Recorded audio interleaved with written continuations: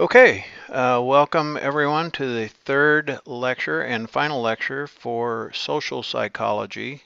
It's Unit 9 in the College Board's curriculum. We're going to be doing Unit 9 point 4, 5, 6, and 7. So this is going to be hopefully not too long, but there are several slides. There's a lot of material to cover. So that being said, let's get started. And we'll move along quickly. You can always stop it and rewind if you miss something. So I'm going to move along fairly quickly through this. So we're starting off with prejudice and stereotypes. So how does that happen? Prejudice and stereotypes. Let's see. So prejudice, let's talk about that first. Prejudice is a prejudgment, and usually we use the word prejudice as a negative thing, negative attitude. I guess some people could use it as positive, but usually when you hear the word prejudice, it's a negative thing. And it usually is created attitudes towards a group and its members, right? So it involves grouping, but mostly it's the attitude that you feel influenced. Attitudes are created by the feelings that you get from your beliefs, right? So you believe generally about a group or you believe about a person because they belong to a group that you have an attitude about. So if we look here, so this was attitudes about interracial dating, which today seems a little, I don't know, but you can see how earlier in the year, so in the 1980s, 1990s, on the way up through 2009, now probably the numbers are even higher now, but look at how it works over people born before 1928. People did not support interracial dating, and so you look at that as they go up. Each successive generation is more and more accepting of interracial dating. So as today we're looking at 2020, and those numbers are probably go up even higher. So it's not a problem. Now there are some people still have a problem with that, and we'd say that's prejudice. Stereotypes are schemas about groups of people, and schemas are, remember, that's how your brain organizes things so that it doesn't have to think so much. It categorizes, and it says, okay, that belongs to that group, therefore this is, you look at a square, there's a schema for a square, which you don't have to go through every time you look at a square. You just automatically peg it, that's a square. Well, prejudice can stem from stereotypes. Usually stereotypes have some sort of feeling component. So you say it leads to prejudice, right? So, because all of these people of this group, whether it's political, racial, gender, any kind of religious group, all of those kinds of things, we've known a group or we create a stereotype. A lot of times stereotypes have their origins in some sort of reality that we've observed. But we take it too far and we prejudge people. That's what prejudice means, just because they belong to a certain group that we've already encountered in one way or another, or maybe we haven't encountered it, but we have been around people that have, and so their prejudice or their prejudged ideas we adopt, right? So there is a behavioral and a cognitive. So you look at it, feelings, behaviors, and thinking, all parts of that of your being can be tied up in stereotypes. So how people believe, how people behave and what we think about that. So those are all involved in stereotypes. Now, when it comes to bias, there's implicit and explicit bias, and especially so when we start talking about prejudice, that's obviously a bias. And so explicit or implicit is you're not really aware that it's there. So this might be involved with something what is very popular, at least this year, was systemic racism. So there's a lot of people that would say, I'm not prejudiced, but it's so ingrained in the system that they don't even realize it, right? They would say consciously that they're not prejudiced. But then when you look at their behaviors, they act in a prejudiced sort of way. And so, well, how does that happen? Well, they're unconscious. They're not consciously aware of it. Now, there are some people that are explicit bias is they are consciously aware of it. This is where we hope to make gains, throughout time and pressure from society and people going through discussions and saying, "Hey, this is not good," right? So, but we know that there are still people that will voice bias and prejudice knowingly, and they're okay with it. So, examples are gender bias. This, you know, so well, let's just leave it there. Gender bias, age bias, so being predisposed towards older people or younger people, could be for jobs, could be for activities, could be all kinds of things. LGBTQ bias, either for or against. Again, usually bias or prejudice is the negative side. And then religious prejudice or bias. So probably most most we saw that was after 9/11. There was a prejudice or a bias against Islam and the followers of the Muslim religion. Um, Obviously, not all of them should have been included in that, just a few people. So all of those things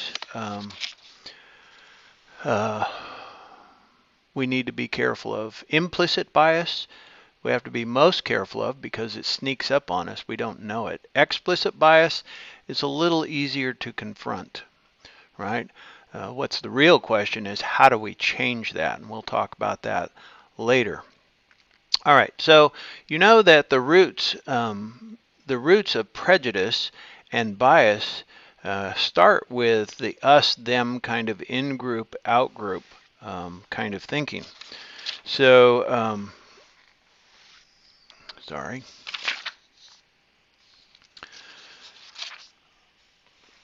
One of the social psychological factors in human beings that's important is that we belong. It's a basic human need to belong, to be a part of a group or a family. We all want to belong.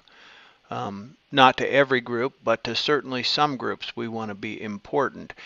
And just the very fact that we make this distinction is there is an us, it automatically predisposes us to the others, the out group. They're not in the group. And that leads to a natural, if I'm in the group, well, this must be a good thing, right? So the in-group bias, and that is when you are act more favorably towards the people that are in the group that you identify with. And so there's all kinds of identity grouping, tribal, political, social groupings that we do, and we view ourselves as part of different groups and want to be part of certain groups, and also can at times feel like we're on the outside of that group. So there are reasons why you might want to how prejudice and stereotyping happen.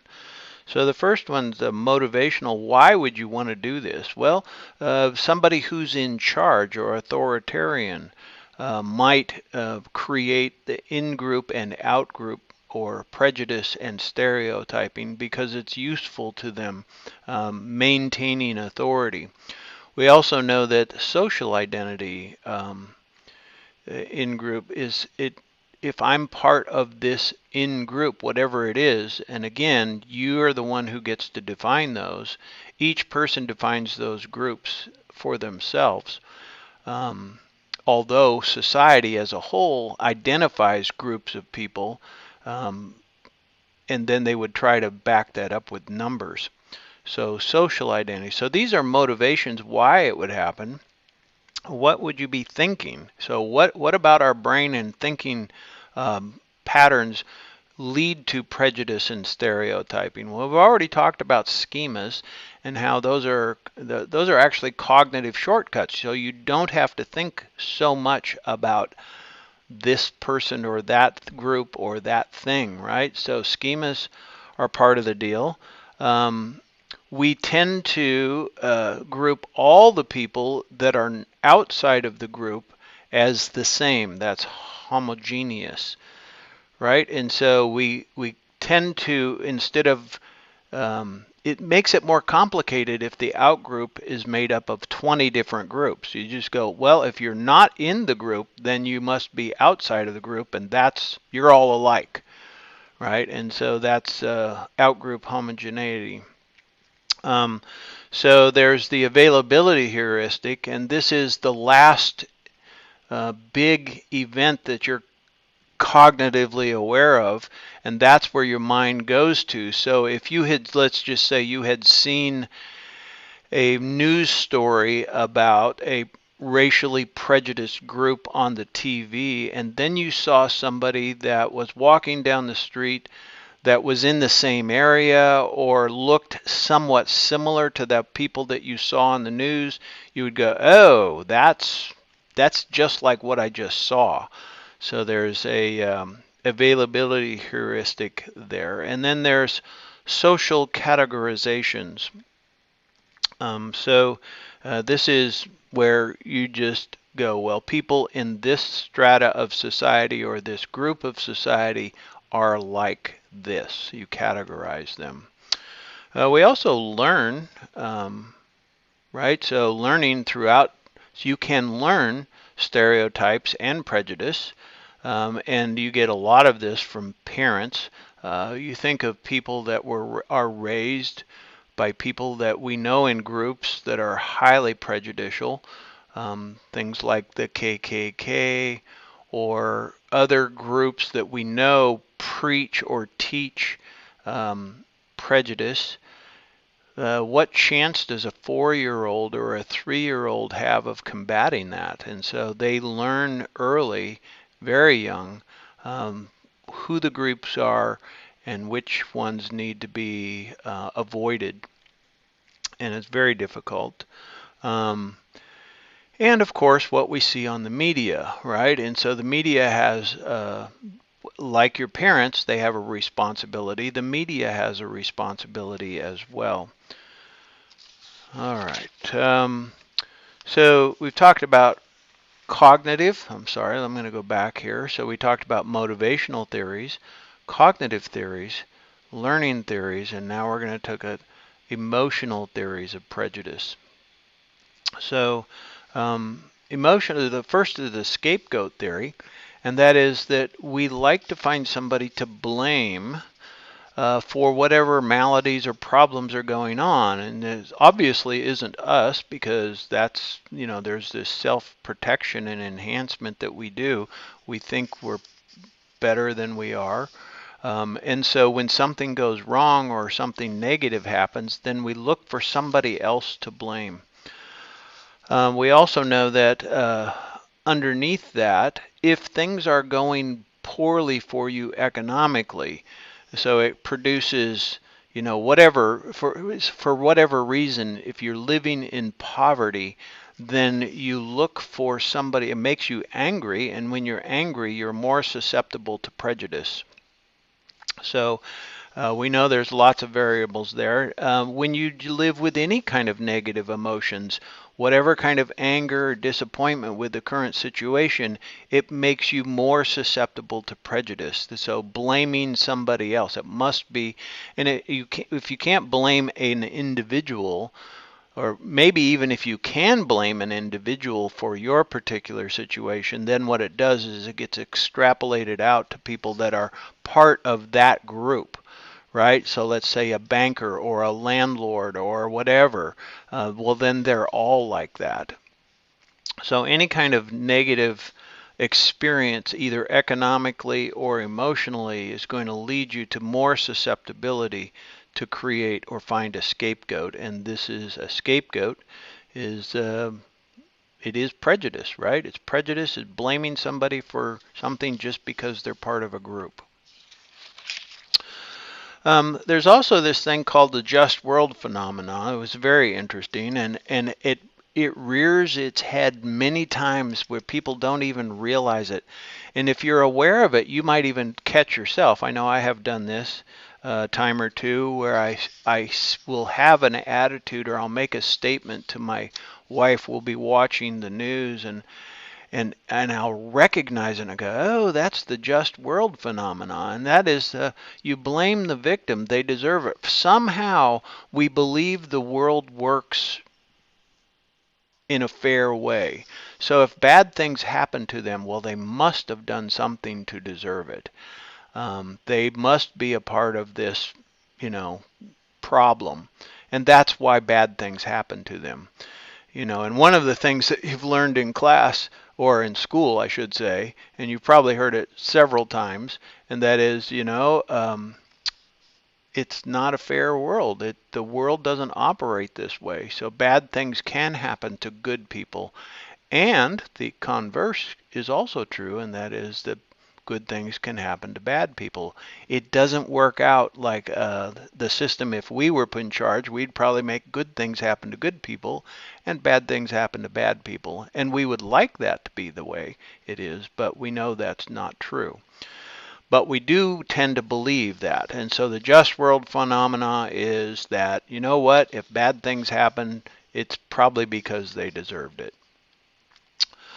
All right, how do we reduce prejudice? Contact hypothesis basically says it diminishes as groups get together. I can remember a study between that was done it might have been a couple decades ago by now, but they took some Jewish kids from Israel and put them together with some Palestinian kids from the Palestinian area of the Middle East.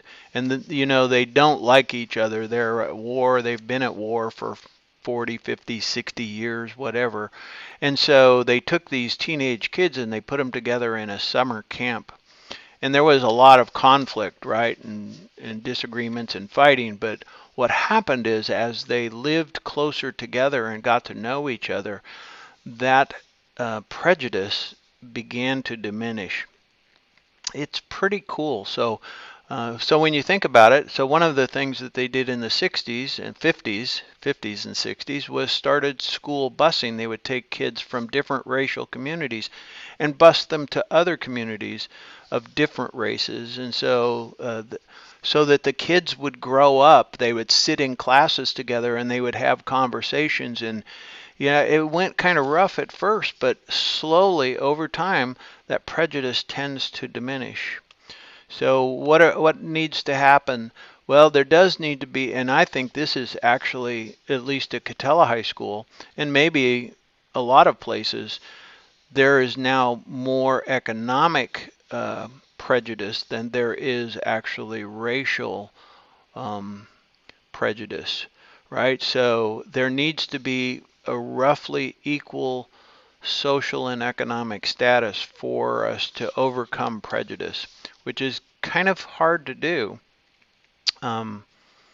Authorities, so the people who are in charge need to push for cooperation and this is one of the reasons why that we want you to work together with groups of people that you may not normally work with, right? Because you'll get to know them and find out, you know what? They're not bad people. They're actually pretty good. Having one-on-one contact. Members in each group have to be seen as typical, right? You can't put a person from a group that's a savant or extremely intelligent or in some way rude, or you can't take the unusual person and expect that to actually change um, prejudice or that kind of thing. So one of the things that teachers do, and it's for educational purposes, but it can also be done for prejudicial purposes to reduce prejudice, is to use a jigsaw. You find a cooperative, you find something to work on, like a group project, right? And then as each person, if you put people from several different ethnic groups together and have them complete a task, they begin to depend upon each other. So each person is responsible for their part, but they're responsible to the group. So if you don't do your part, you let the group down. And so you come through, and then when you come through, the other members in the group go, "Hey, actually that's awesome." Right? And every member of the group draws closer together. So that's called a jigsaw technique. And it promotes a lot of progress when it comes to prejudice. All right, so I said we are going to be moving along pretty quickly. Hopefully this will still work for you. So the next section is about aggression. So we're kind of leaving prejudice and stereotyping behind, and now we're going with aggression. What is aggression? So the definition given in the text and by the College Board is it's an action or word intended to harm another person. So it's not aggressive if you actually said something that hurt another person unless you intended it to hurt another person. So intentions are part of the issue and harm is the other part of it. So intentions are always you got to tread softly there because you tend to, we've talked about attribution, right? And so internal and external attribution, when you judge somebody else's motives, you go, well, they did this because, right? So you have to be careful that you actually know intentions. But aggression is intended harm to another person. So why are people aggressive? Well, there's theories about this. Freud believed that everybody had this instinctive urge that needs to be released or vented, and it's another word for it is the death wish, right? So it's a pretty dark thing, but Freud believed it was inside of everybody, that there's this dark piece to you that would be vented. There's also the evolutionary perspective, and that is that, the people who are aggressive are the people that protect themselves and take care of themselves. And so this is part of evolution. It's how we become survivors. There's genetic and biological mechanisms. So this is about, immediate responses to danger of any sort usually results in aggressive behavior. And that also is going to lead to the survival of whatever whatever entity, person it is, right? So we have heredity.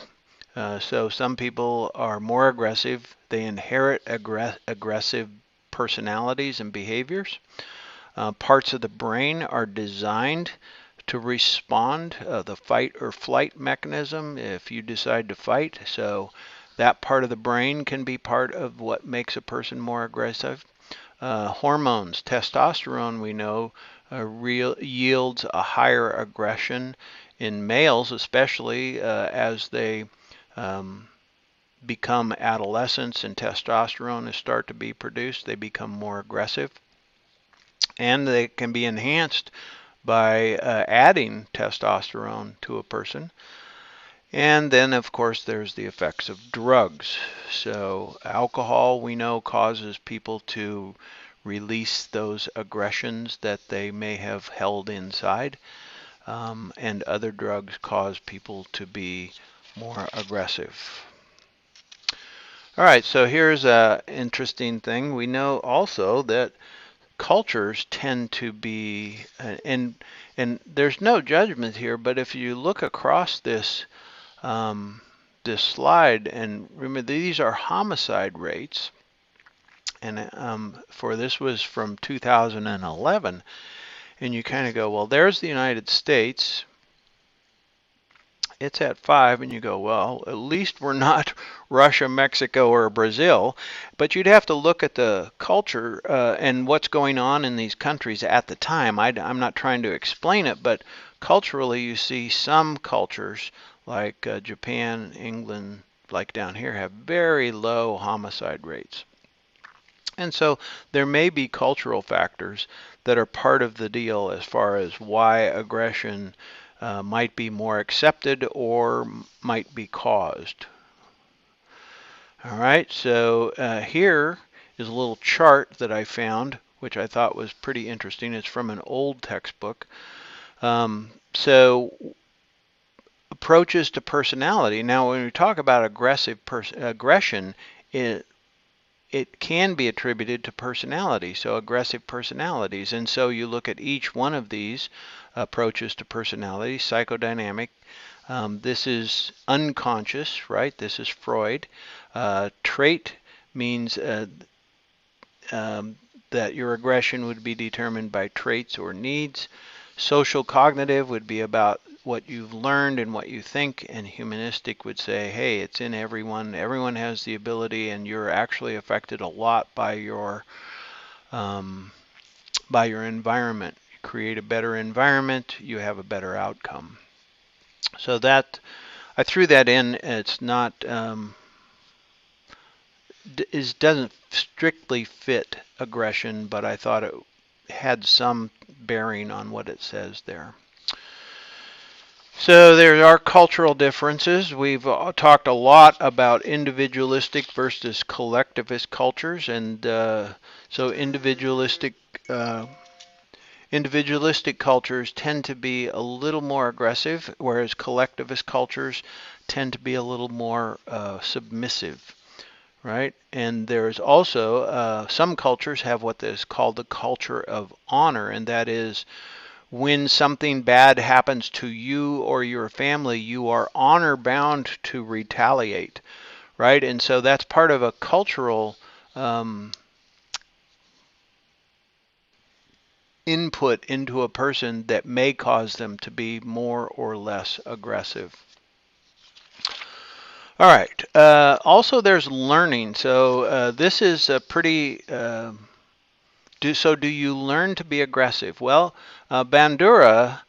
So Bandura did a lot of work on this, and you remember there was a book. Well, we haven't had the learning unit yet. Well, in a normal year, we would have already talked about the learning, had the learning unit, but we haven't had it yet this year. So after we go through the learning unit, this will make more sense.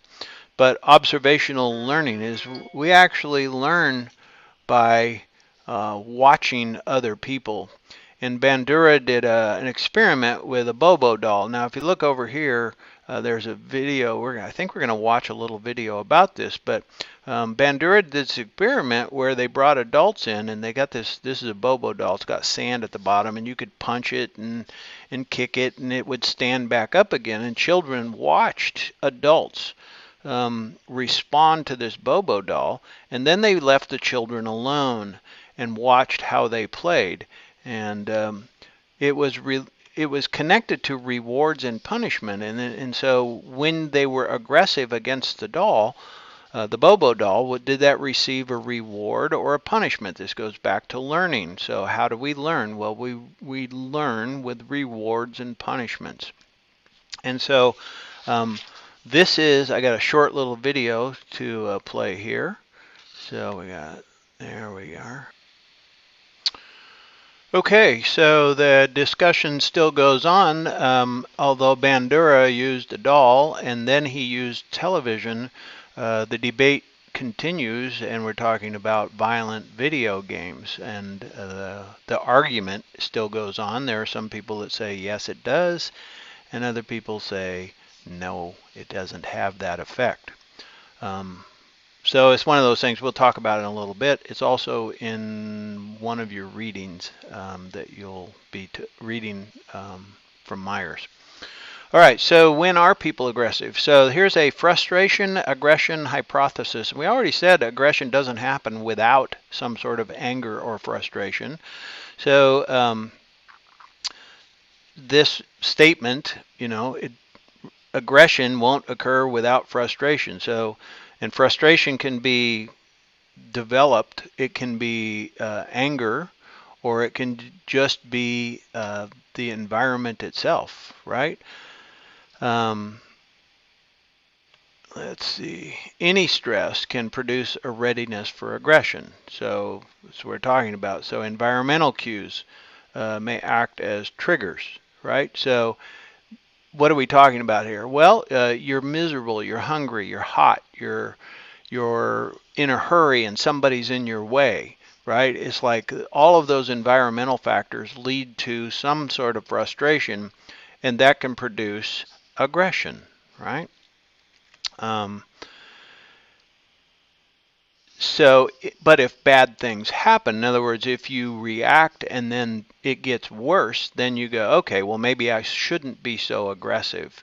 So a negative affect promotes a readiness for aggression.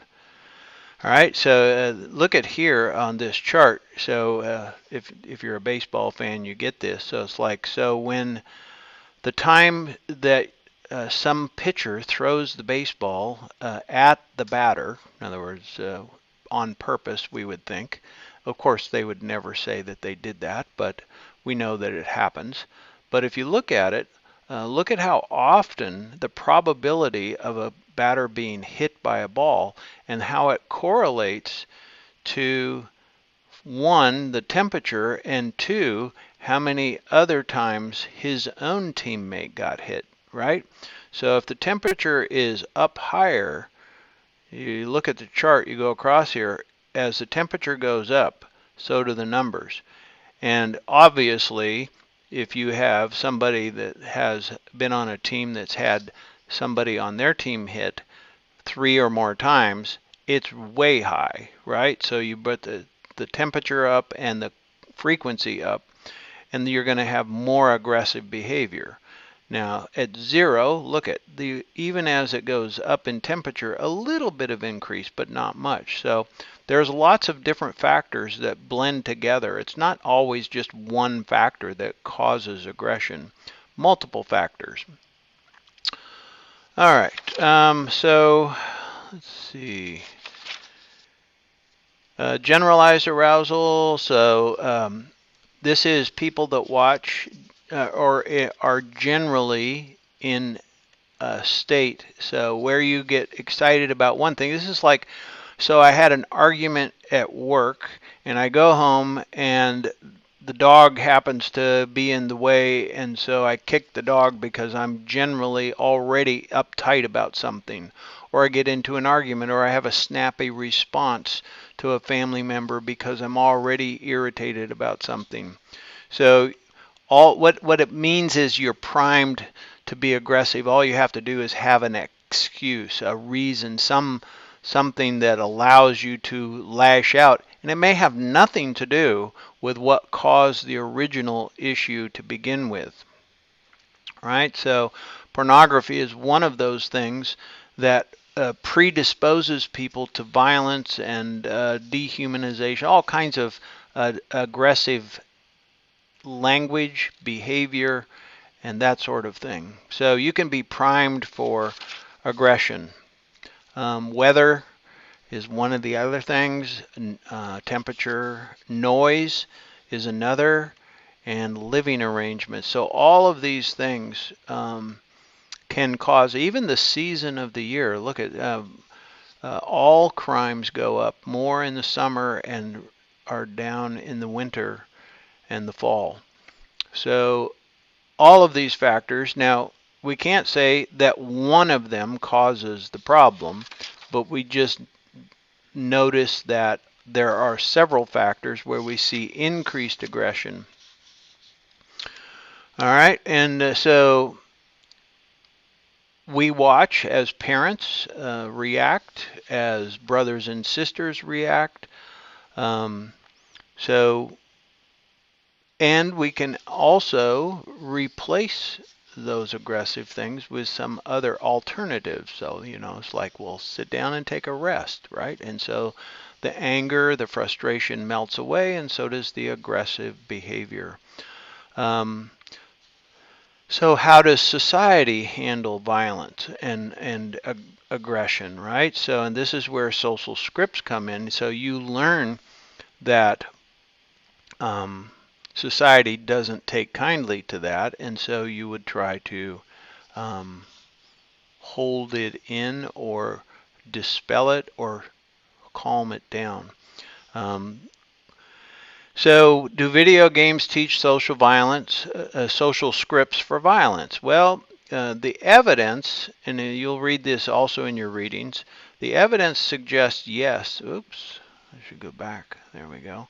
The evidence suggests yes, but there's a lot of mitigating factors, and there's no conclusion. We can't say absolutely that it does, but just, and that, evidence comes from hypotheses, and hypotheses are created by people who go, well, this seems like it should make sense. So let's go with that hypothesis and test it. And then you have to go overcome the bias that people go, well, this is what I think is going to happen, therefore I make it happen, or that's the way I interpreted the results.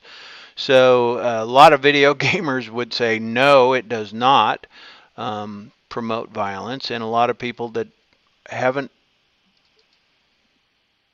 haven't experienced or don't want to experience or think it's a negative thing, they would say, well, of course it promotes violence. So all of that's way too young, way too new to actually know too much. Lots of studies being done, lots of arguments being had.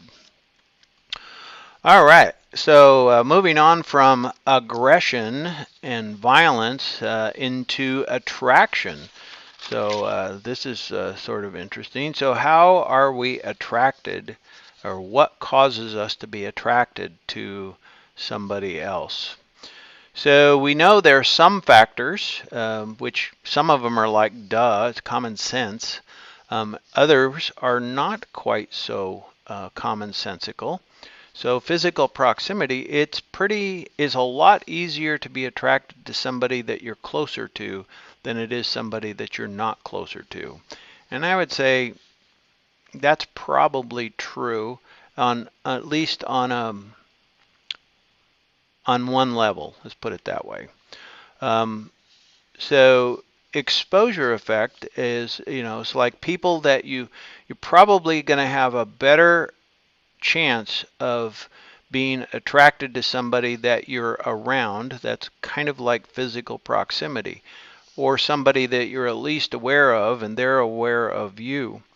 And then it also matters how you meet the person at first. If it's the middle of a comfortable circumstances, everybody's relaxed, having a good time, you meet somebody at your friend's house and you're having a party, and so it's like it's a nice time. And so you're going to have more of a chance of being attracted to those people than you are the people that you find in the middle of some sort of an argument or political debate or some tense situation. Less chances of being attracted to those people. And of course, rewarding situations. All right, so I have a little short fun video here about maybe how we take cues socially. It's called How to Flirt. Good news, Uggos! Science is telling you there's still a chance.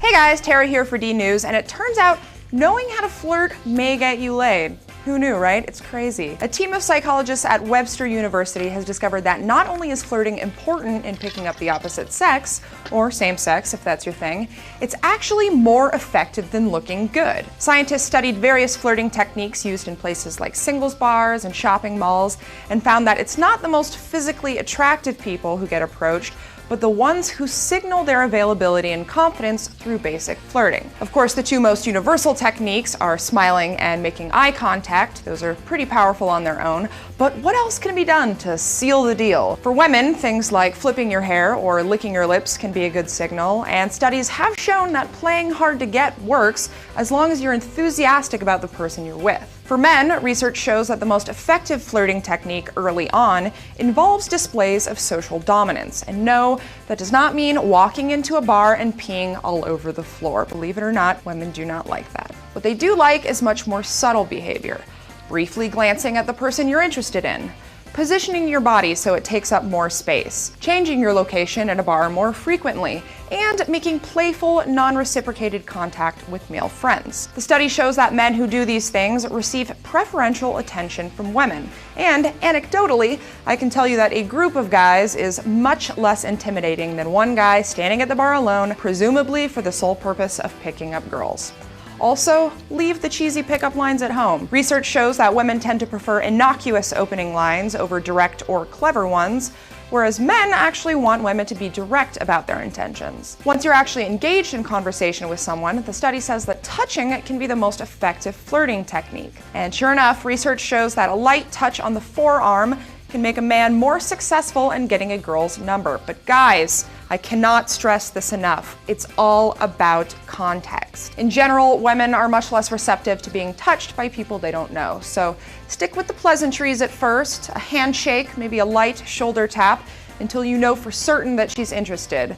If you're getting clear signals, then maybe try mixing it up with a playful forearm touch or a light brush of the waist. And if you really can't tell whether or not she's interested, there are some dead giveaway signs. A woman who's comfortable with you will speak smoothly and quickly, and she won't wince or pull away if you try to touch her arm. In fact, that right there is probably the best barometer you have. But again, context is everything, so if a woman is clearly not feeling it, back off. There's nothing more unappealing than a guy who can't get a hint. With that, I will leave the men watching this with one last piece of personal advice, not yet proven by science, but effective nonetheless, which is that self-awareness goes a very, very long way. Girls can tell when you're trying too hard, so instead of sticking to a tried and true formula, try just having a conversation, like you actually care about what the other person has to say. It's an insane concept, I know, but it works. If you have any other flirting tips, preferably ones that don't end in restraining orders, leave them in the comments below or hit us up on Twitter at DNews.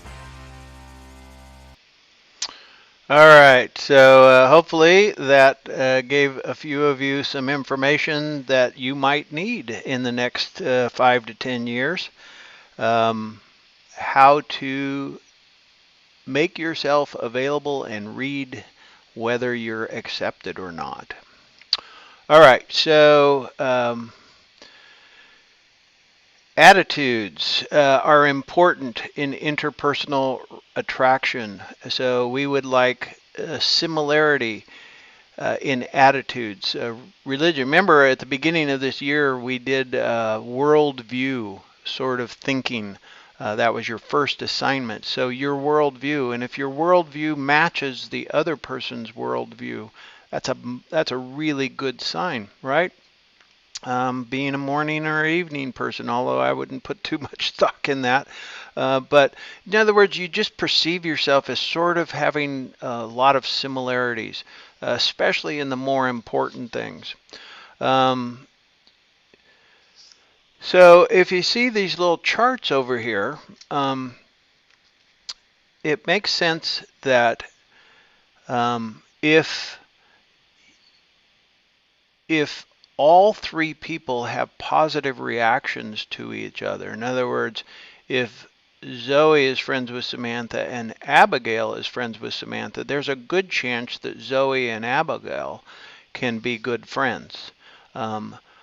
Now, if Abigail does not get along with Samantha and Zoe does, then it's much harder to see how this is going to work, right? So similarities in preferences and personalities that you're attracted to and connected to might be a key. So physical attractiveness is important. It is one of the keys to popularity for both sexes at all ages. and it's more important at the start of the relationship.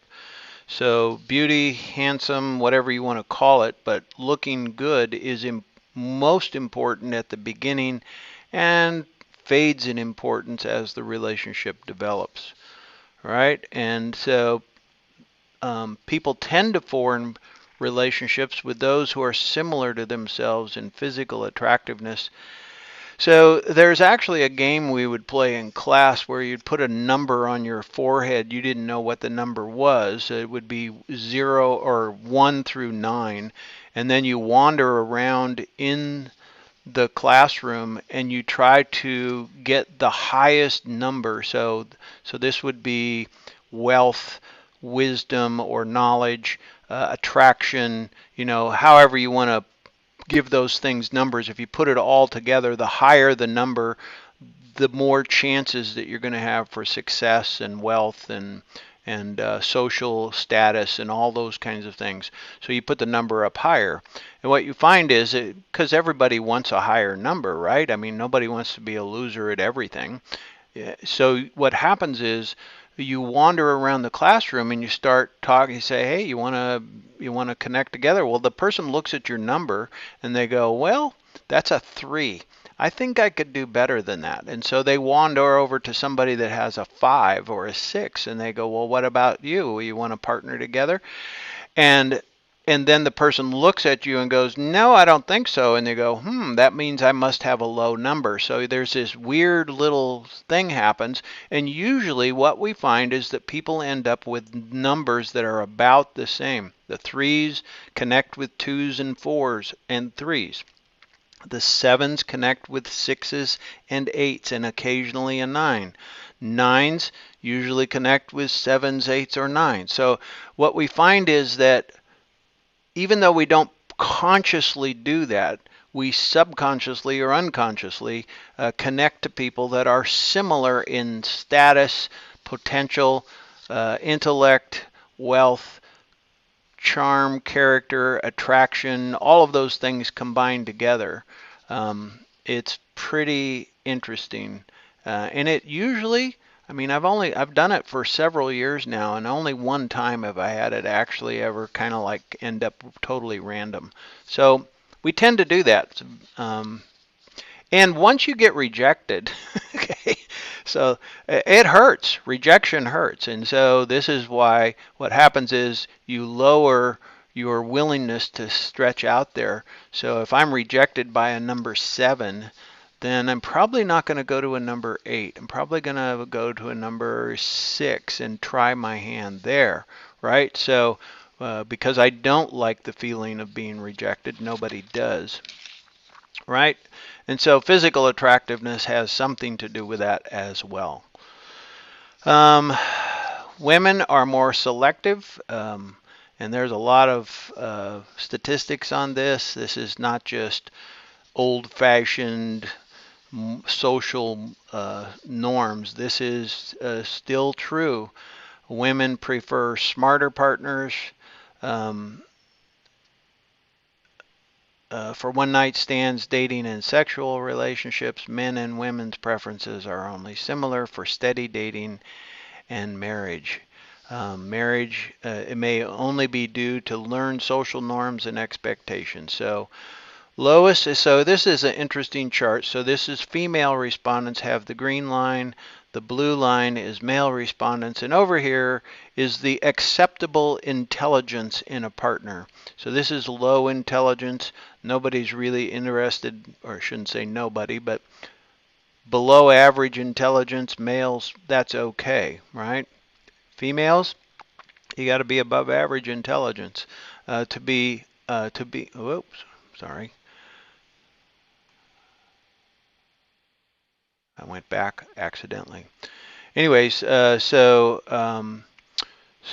above average for a one-night connection, to go out on a date, which is a little more personally invested, to have sexual relations, it goes up higher. Interestingly, males, it tends to drop for sexuality, but to go out on a date, a little higher requirements. To date steadily, look at that, there becomes a much closer correlation between expectations between males and females. Uh, they want some intellect, some seriousness to this person. Males and females are alike, and then to marry, uh, they want a lot, as high as they could expect. Now, it does change. There are other factors in this other than intelligence, but intelligence is one of those factors that predicts success. All right, let's see. So what makes good intimate relationships? There is not independence and not dependence, but interdependence. And that is that thoughts, emotions, behaviors, you understand that they affect another person. So you have your own, but you're also cognizant and aware of the other person's as well.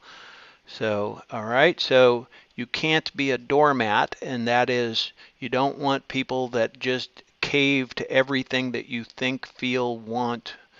And you also don't want people that don't give a rip about everything you think, feel, and want. There's a connection and there is a interdependence. There's the word, right? It's like you depend on each other. And also commitment. So you have a psychological attachment to that relationship, so that it produces a psychological response, that you are going to stick with this. Because I guarantee you, just as you understand that life for yourself hasn't all been smooth, but you're pretty much committed to yourself. You're going to stick with yourself through thick and thin. You can also have the same sort of commitment to another person. And those are the ones that are, if you're going to make it in the long run, that's how it happens. Sternberg, and this is not in your readings, and I used to make my kids actually know this stuff, but there are a couple of terms here that are in the reading. Companionate love is equals intimacy plus commitment. So intimacy alone can be you just like somebody. Commitment without intimacy is sort of empty love. And then over on here we have infatuation and passion alone. So, and they create this passion, intimacy, and commitment triangle. And so this is an interesting way to think about relationships. Obviously, you're kind of young to be thinking seriously about this. I would say dating relationships right now are just fun. Enjoy being with somebody. You're a little young to be getting into the serious end of relationships. Just because you're still changing, right? And who you are, you're still trying to figure out on your own about who you are, let alone trying to match that up with somebody else who doesn't quite know who they are yet. So be careful. Strong and weak marriages. So strong marriages and weak marriages start before marriage. So pay attention. Have a lot of discussions. Listen to what somebody cares about and thinks about and feels about different things. Shared views of themselves and others. If you have discrepancies, notice, so like you pay attention to things like how they treat other people. They're going to be nice to you because they're interested in you for some reason. But how do they treat other people is going to give you a window into their character and how they perceive others in relationship to themselves. So you want shared views. You want a relationship that is fair and equitable, right? And that means shared, right? And that means not you're never gonna you can't go into a relationship and go, you must treat me equally, right? Because if you have to do that, then it's not a good sign, right? But if you realize that you are being treated equally, right, without demands, that's a good sign. That's actually a good indicator that this person has a potential for a longer lasting relationship. And you need to be able to communicate about the relationship itself. Um, so it produces stronger relationships. Now we talk about, so if you never talk about those things in a relationship, if you don't notice that yourself, that there's some fair and equitable, so the other person seems to always want their way and they get priorities and those kinds of things, that's not a good sign. And so, anyways, so what leads to divorce? There's a pretty high numbers of divorces. Um, People that divorce relatively soon after marriage, so their marriage doesn't last year and year and year. Uh, they are generally not able to express their feelings, positive or negative, in a constructive way, right? So it's destructive if they communicate. And increasingly hurtful communication. One of the things that I've heard is that when you look, you don't even have to communicate it with words, but if you check facial expressions, when one partner looks at the other with some disgust or like you just get that facial expression like you're not up to snuff.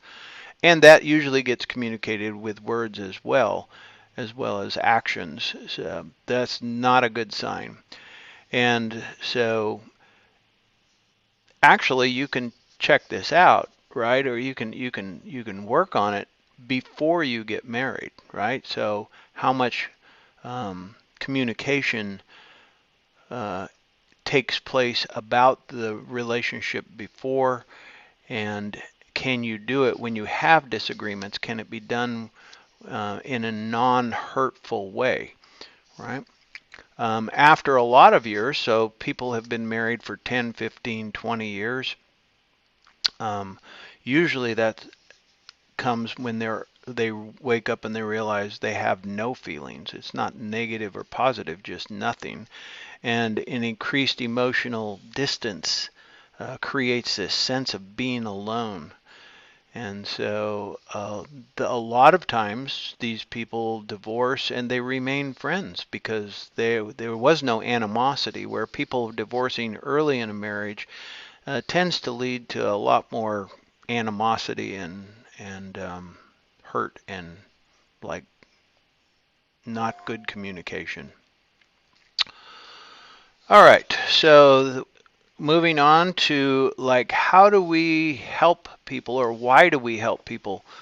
So this is, I believe, the last segment of this lecture, and it's gone on quite a while. So why do we help other people? Well, assistance is kind of like the opposite of aggression. This is an act that's intended to benefit another person, not hurt another person. Again, you can make a mistake and you can inadvertently do some harm when you were trying to help, but that's not called aggression. It's still assistance. So altruism is doing something that's unselfish, and that is you care about the other person's welfare. So I've heard a definition of love, and that is where you want the best for the other person. It's not about what you feel for yourself and what you want. It's when you want what's good for them. So that's kind of a root definition, I would say, of real long-lasting love, right? When you want what's best for the other person. All right. So, so the cost reward theory. So why do you do things? Well, there's the theory that is cost reward, and that is, so when you see somebody suffering, you go, I'm going to help them out. But you don't help them out because they're suffering. You help them out because their feeling the suffering causes you to be uncomfortable, right? And so I'm actually going to help them out because it's going to help me feel okay, right? And so there is a cost. So in each situation, you go, how much is it going to cost me to help this person? All right. And so if the costs are too high, then you go, I'm not going to do that. Or if the costs are low, then you feel like, okay, this is good. This is going to produce a good feeling inside of me. I'm going to help this old lady across the street. And so when I get done, how much did it cost me? Well, it took me like 60 seconds. And when I walk away, I'm going to feel good for the rest of the day. It's worth it, right? So I know it sounds a little strange, but we do help based on how much is it going to cost. There's also a cost to not helping, right? And so somebody has a problem, you look at it and you go, no, I'm not going to help. And then people are watching and you go, wow, what a jerk. Why didn't they? So there is a cost to not helping. And sometimes that goes into the equation of when you're deciding whether to help or not help. All right, so that's the cost reward theory. So there are some factors that affect helping, and first of all, trying to discern if the person is in need of help, right? So do they really need help? So when a person asks for help, they get help 80% of the time. So this is like, okay, so I'm going to make this a personal thing between me, your teacher, and you. So it's like a student who asks for help will get help. I would hope more than 80% of the time. I would hope 95% of the time, right? But if you don't ask for help, but you need help, how often do you get it? And the numbers tend to be around 30% of the time.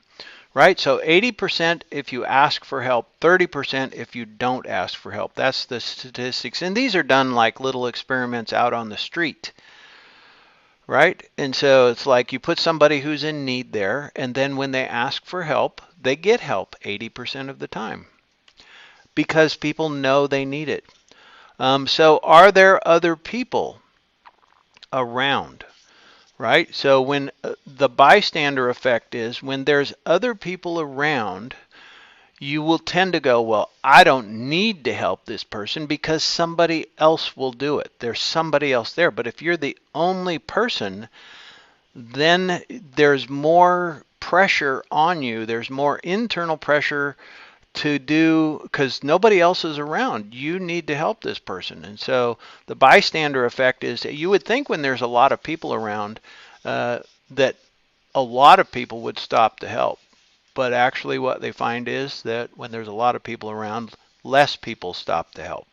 So that's the bystander effect. It also matters whether it's a stranger or a friend. All right. The personality of the helper comes into the effect because there are some people that have more empathy and have more compassion than others, and it's just personality, or it could be bad character, right? Because you grew up and you learn to be what it would cut off your connection with other people so that you live more for yourself, more individually. So the personality of the helper does come into it. And of course, then there's the environment, urban versus rural areas. Urban areas, we tend to help people less. Rural areas tend to help people more. And it depends on the environment, how much danger it puts you in. Those kinds of factors matter when you're going to help. So here's a cute little chart. Not sure how much you need to depend on this, but if you notice the incident, if you don't, so if you take this, you go, okay, you notice something happening. If you don't notice, guess what? You're not going to help. Okay? But if you do notice, then you interpret the incident as an emergency. If it's not an emergency, then you tend to go into the no help. If it is an emergency, then are you the one responsible?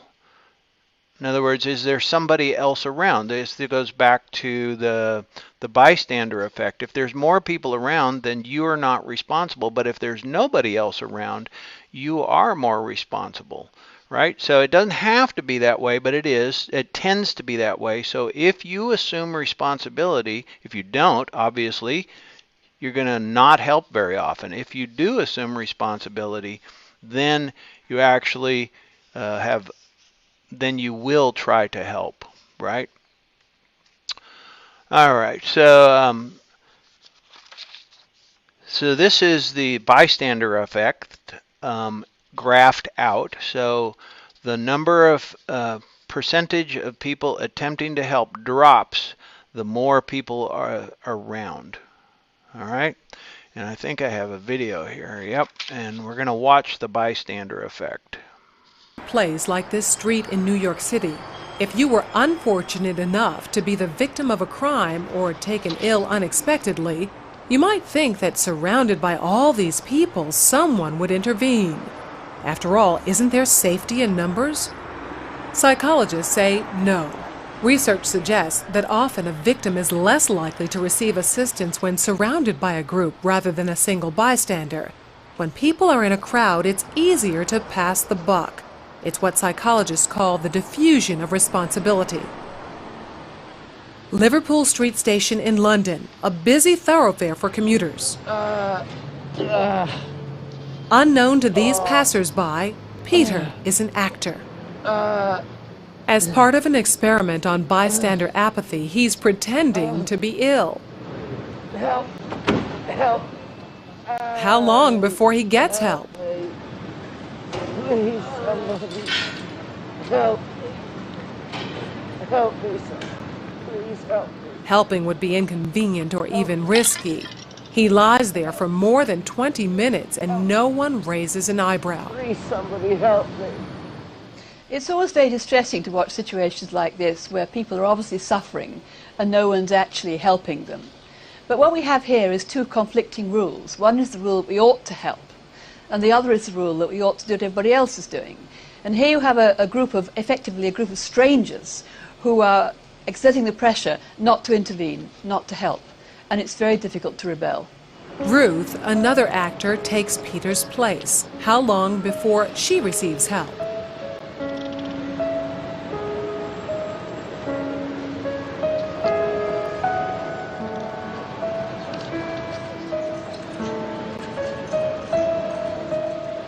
Four minutes later, and 34 people have passed without stopping.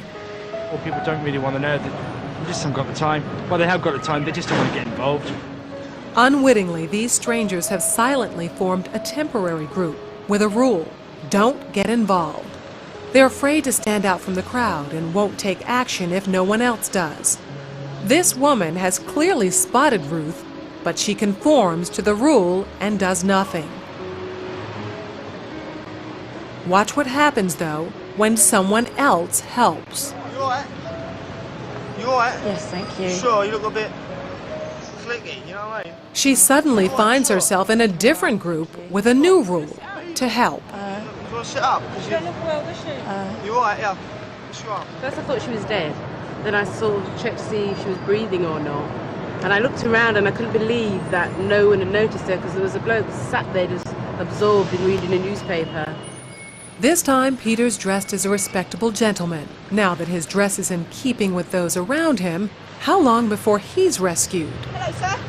How are you today? I'm alright. 6 seconds. She even calls him sir, and suddenly everyone's a good Samaritan. Do you suffer from epilepsy? No. Why you're lying on the floor in the rain?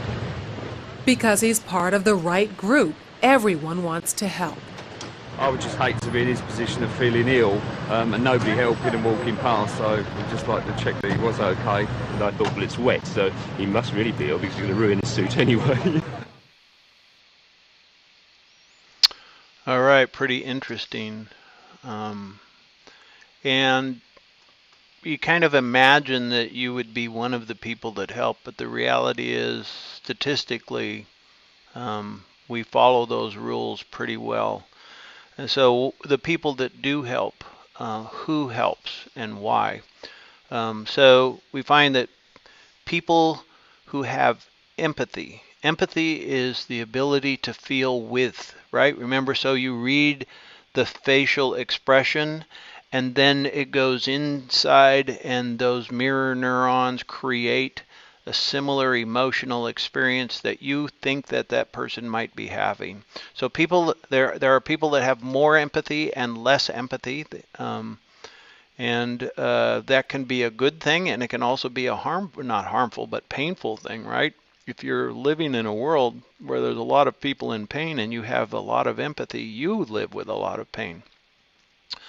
So, but people that have empathy obviously are going to help more than people who do not. They feel the pain. So there is inclusive fitness. So this is, you would help people that are part of your family, right? Because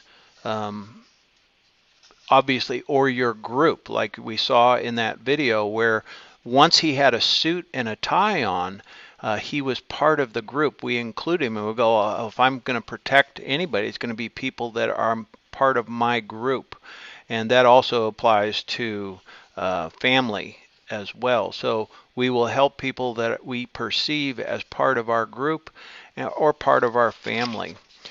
And so there's another little nice chart here. So the cost reward possibility, in other words, when we receive a benefit from helping somebody that is equal to or better than, we will do it.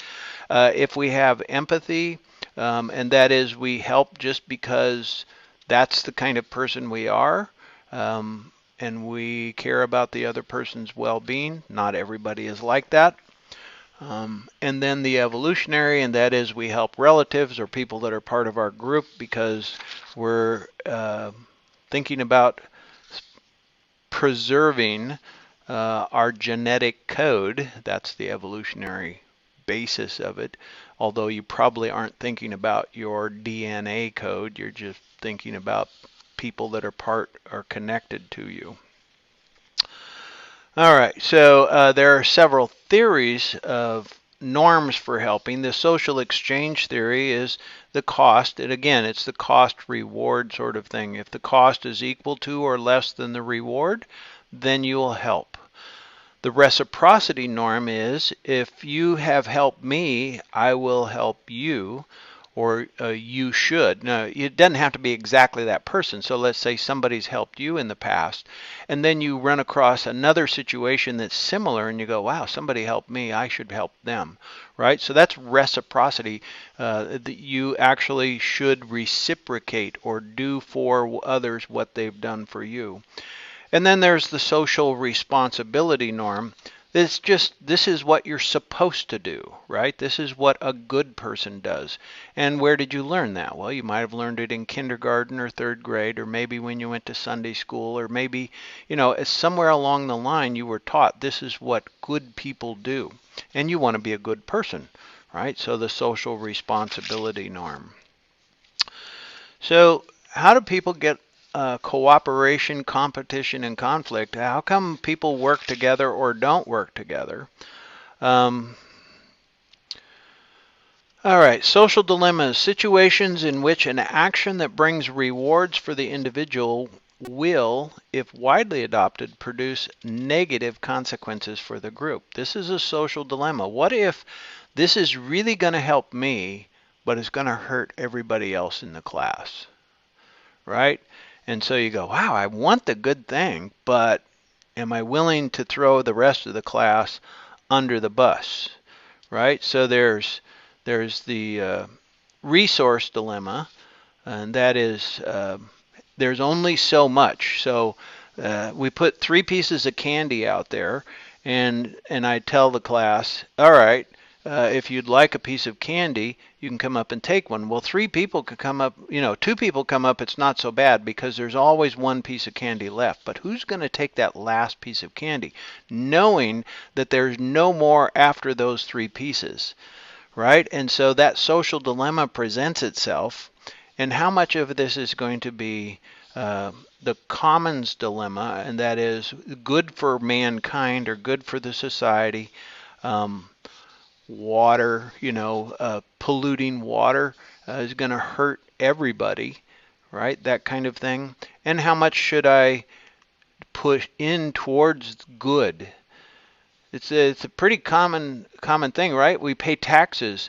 So you pay taxes, and actually what the good that comes out of that is the common good, right? And so that's one of the ways that you get cooperation, is to help people understand that it's going to help everybody. So I have a little video here, and it was a game from I think it was a British show, television show. It's a pretty interesting thing, but it's set up around this idea, is that can people sacrifice a little bit or trust each other to provide something good for both people, even though it would be less. So let's watch this. Pretty interesting. All right, so it is interesting dynamic. So when you work together, you split or you share the resource, but you don't get it all. And the other way, and this is called the prisoner's dilemma. So we have a prisoner A and a prisoner B. So confess and don't confess. It's the same thing that we just watched. And so it's what you saw, only it's graphed out how that works. So you can check this out, stop the tape, look at it for a second, and try and figure it out. But basically, you either get nothing, or you split it, or you get everything, right? And so a lot of that has to do with, like you heard her say, well, I was stabbed in the back. So obviously stuff that went on previously in the game we were not privy to. So every person has some sort of justification which allows them to live with themselves when they do what they think might be perceived as bad. They would go, well, you don't understand. And so that's the way it works. All right. So we promote cooperation through communication. In other words, the more we communicate, the better we cooperate. And usually the communication is not best presented in a threat. If you don't help, if you are not part of this, then you're in big trouble, and I'm going to do something bad, right? It's there's this competitive response. So it has to be relevant. It has to mean, does this matter to me, right? So whatever it is that the help or the working together, it has to be something that means something to you. If you you've done this, you've been part of a group project at school, and one person didn't care about their grade. It wasn't relevant, and so they didn't work together, and that was not a good person to be teamed up with. All right, so you don't threaten people, and you also hopefully make it relevant. So may be implicitly done through strategy choice. So you can work together with people specifically because, well, maybe you don't like this, maybe you don't like that, but you know that this is going to be a better outcome if you work with this person, right? Maybe they're artistic, or maybe they have whatever, some special ability to help you get the project or the goal, get to the end of the goal. So that can be a strategic choice. And tit for tat strategy in the prisoner's dilemma game was, remember what she said, I just couldn't, I didn't have a problem doing this because I had been stabbed in the back one too many times, right? And so now she's going to stab somebody else in the back. All right. So interpersonal conflict, a zero-sum game. A zero-sum game means that when you get, somebody else loses. There are some decisions that if you get, so does somebody else, right? That's not a zero-sum game. But if there's one piece of candy out there, when you take it or when somebody else takes it, that means there's nothing left, right? So there's not magically another piece of candy going to appear. It's a zero-sum game. When you take, somebody else loses. So there's a lot of causes. Personal investment in incompatible interests. So this is where you have a lot of skin in the game. You have there's something in there, but it goes against the interest of the other person. Attribution errors, that's where you perceive that somebody is hostile or selfish motives, right? This causes interpersonal conflict. Faulty communications. Maybe you said something, but they didn't take it the way you meant it, right? And so there was a communication error, and that causes interpersonal conflicts. And when you believe that the person just doesn't want to solve the problem, right? They're unwilling to settle. You believe they are disingenuous, right? So all of those cause interpersonal conflicts. Mirror image perceptions, these are mutual views often held by conflicting people, as when each side sees itself as ethical and peaceful and views the other side as evil and aggressive, right? And so when you look at the people that you're in conflict with, you actually just do an inversion. A mirror actually shows you opposite of what you really are. So when there's mirror image perceptions, you're going to have major conflict. And then self-fulfilling prophecy, we already have heard about that, and that is what you expect a person to do, that's what they're going to do. And if you expect your enemy to act like your enemy, well, there's a good chance that they will act like your enemy. And then you go, aha, see, I knew it. That's what they were going to do. So how do we actually promote peace? Well, contact, we already talked about how when you pull people together and they experience each other, what we notice is that conflict goes down. It may not disappear, but it's going to become less and less powerful. And having superordinate goals. So this is where somebody is willing to put in because we have a higher goal, something that's going to help everybody. Yes, I can put in this much effort. I can put in this much value. I can do those things. Anytime you can create a superordinate goal, something that both sides want, it's going to promote working together, and that's always going to have a better outcome to it. They also have noticed that there's this thing called grit. And what you see there, if you probably weren't paying attention back then, but there's a Palestinian leader and the Israeli leader who were at conflict with each other, and then President Barack Obama, who brought the two men together to negotiate some peace. So GRIT stands for Graduated and Reciprocated Initiatives in Tension Reduction. Let me say that again. Graduated and Reciprocated Initiatives in Tension Reduction.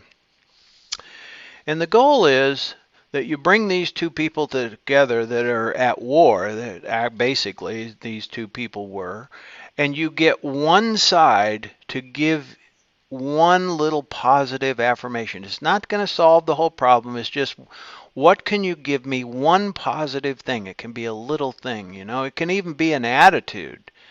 You know, it can be a willingness to forgive some wrong that was perceived, or some little favor that doesn't, because this doesn't fix the whole thing, but at least it sets the tone. And then reciprocated means it gives so you're, what the expectation is when you receive something good, even if it's a small something good, then you reciprocate and you, well, what little thing could I do that would make it better?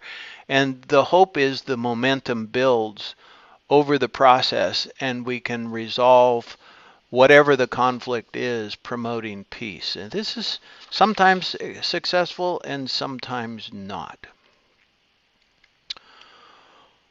All right, as you can see, that is the end and the last of our videos, the 3 lecture videos for social psychology. And I wish you good luck, and we will be back later.